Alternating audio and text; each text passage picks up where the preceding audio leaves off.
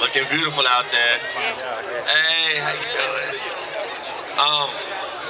So last year I did a piece about the Greensboro 4. I remember you from last year too, correctly on that, the A&T 4. Yeah, look at them in the back. This year I have a new piece I've been working on. Hopefully I can get through it. And if I don't, y'all can, kind of snap me up and help me get through it. But it's a piece about, we live in a place where our Latino brothers and sisters are continually persecuted. And this is a piece that is based on somebody, a young youth that I used to work with.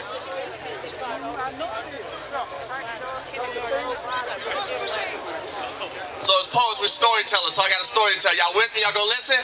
Yeah! All right. So we like to say that poetry is not like golf. You don't have to wait to the end of the poem to be like, right?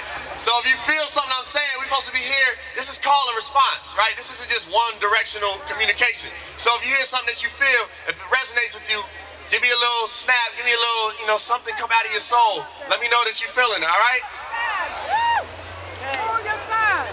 All right. Once a week, I used to tutor a third grader from Puebla, Mexico named Daniel. His father is a short, chubby little man I used to work with in a restaurant kitchen with a smile like a kid who just put a thumbtack on the teacher's seat. My nephew Tyler is also in the third grade, but he doesn't need a tutor. In fact, he recently won the school-wide spelling bee. You see, Tyler could probably spell resilience, but Daniel could describe it. They both have one thing in common though, they're absolutely obsessed with animated heroes. My nephew, he worships Spider-Man and the Hulk. I guess he dreams of one day climbing walls and showing off his giant green biceps. But Daniel, his hero isn't ripped, has no real superpowers, never steps into a phone booth to secretly slip into costume and goes by an ordinary name. It's me, Mario! Super Mario to be exact, but there isn't much super about him. I mean, he's a plumber in overalls who picks flowers to give him the temporary ability to throw fireballs at pelicans with turtle shells and conquers every dangerous level by climbing up a brick wall and leaping off and sliding down a flagpole. Either way, he's plastered all over Daniel's walls in various goofy poses, and I can never understand why any kid would choose Mario to be his hero over the muscle-popping, web-slinging, slick costume-wearing Peter Parker. But then I realized that maybe for Daniel, that pudgy little plumber with no muscles and an accent as thick as his mother's tamales reminds him of his father.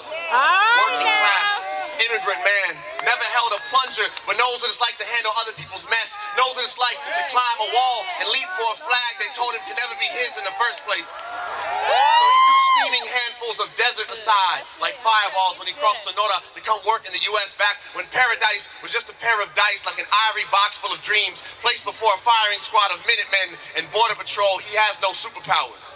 No documents either, and a third grade education. So he used to pay for me $25 a week just to speak with his son, to try to help him become the student he never had the chance to be but in the state.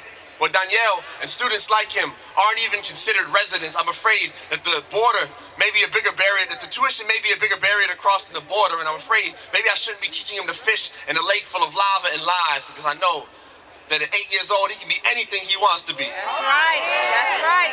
Except a college student.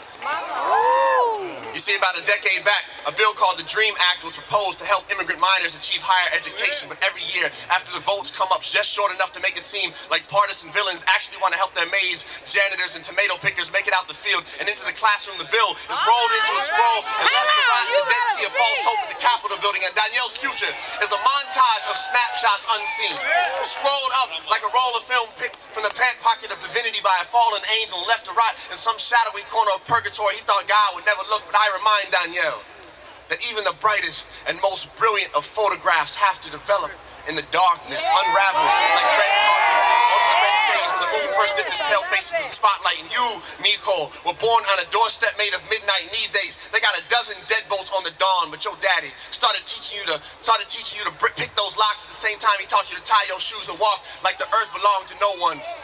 I arrived early to our tutoring session one day. Daniel was still playing Super Mario. When his mother told him it was homework time, he whined, complained, and said he wanted to keep playing. A smirk bullet trained across my cheeks, but her response derailed my smile in its tracks. She told him, "Mijo, tú tienes que estudiar para que no seas como tu papá." haciendo el trabajo que los demás no quieren hacer. Yeah. My son, Mama. you have to study Yes, sir. so you don't end up like your father, Come on. doing the work that no one else wants to.